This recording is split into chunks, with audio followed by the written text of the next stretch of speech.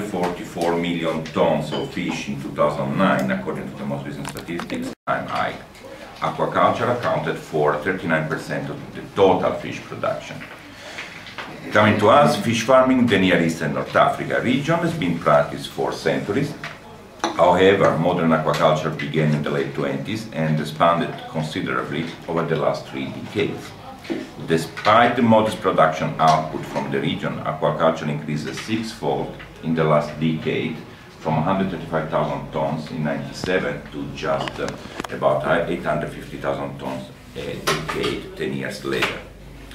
The development and expansion of modern aquaculture began in Egypt 2 decades ago, following which the sector has witnessed a significant and rapid development over the last decade, leading to a sharp increase in production. The aquaculture production has contributed more than those from capture fisheries since the year 2003 and has reached about 705,000 tons in 2009, contributing to 65% of the total fish production of Egypt in 2009. That in 2009 was more than 1 million tons. The aquaculture sector is exhibiting the strongest growth of any fishery-related activity in the country, and as a result, aquaculture is considered the most viable option for reducing the gap between production and consumption of fish in Egypt.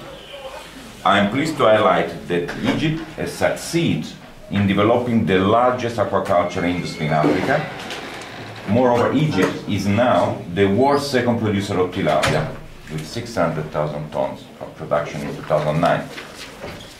Coming to us to this event, I wish to recall the 20th session of the FAO conference adopted the Code of Conduct for Responsible Fisheries in October 1995 and requested FAO to elaborate as appropriate technical guidelines in support of the implementation of the code, in collaboration with members and interest-relevant organizations.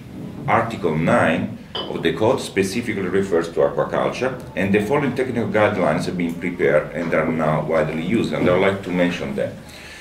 The first one is a technical guideline on good aquaculture feed manufacturing practice. The second, health management for responsible movement of live aquatic animals. The third one is on genetic resource management. The fourth technical guideline is on the ecosystem approach to aquaculture. The fifth on the use of wild fish as feed in aquaculture. And the most recent is use of wild fishery resources for capture-based aquaculture. FAO, in accordance with this mandate, is fully committed to assisting member states, particularly developing countries, in the efficient implementation of the Code of Conduct for Responsible Fisheries, and will report to the United Nations community on the progress achieved and further action required. Following the recommendation of the Committee on Fisheries, Subcommittee on Aquaculture, at the session 14, its 5th and 4th session, a new questionnaire, and this the topic of this meeting, on the aquaculture provision of the Code for Conduct of Responsible Fisheries has been formulated and will be circulated globally among member countries after the next session of the subcommittee. The questionnaire, developed by the FAO, has improved through a process including an expert workshop, which was held in January 2010 in Bangkok, with the participants. 2 important recommendations of the expert workshop that were endorsed by the Committee on Fisheries were that countries establish a team to reply to the questionnaire using an instruction manual. Prior to sending out the questionnaire, FAO will pilot test the instrument and the manual in several countries. Such pilot testing and training activities will help countries in their reporting and will contribute to the dissemination of the code and the value of the reporting system.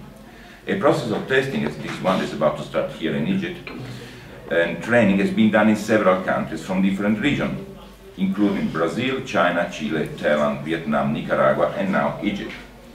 The activity would also provide the participant of this training with an opportunity to improve the method of reporting and the use of the questionnaire as a self-assessment tool. I wish to extend my thanks to those in the General Authority for Fish Resource Development and the FAO who have worked together to make possible the organization of this meeting. Special thanks are due to the Ministry for Agriculture and Reclamation of Egypt for hosting this event. So, thank you very much, dear colleagues. Thank you. Thank you.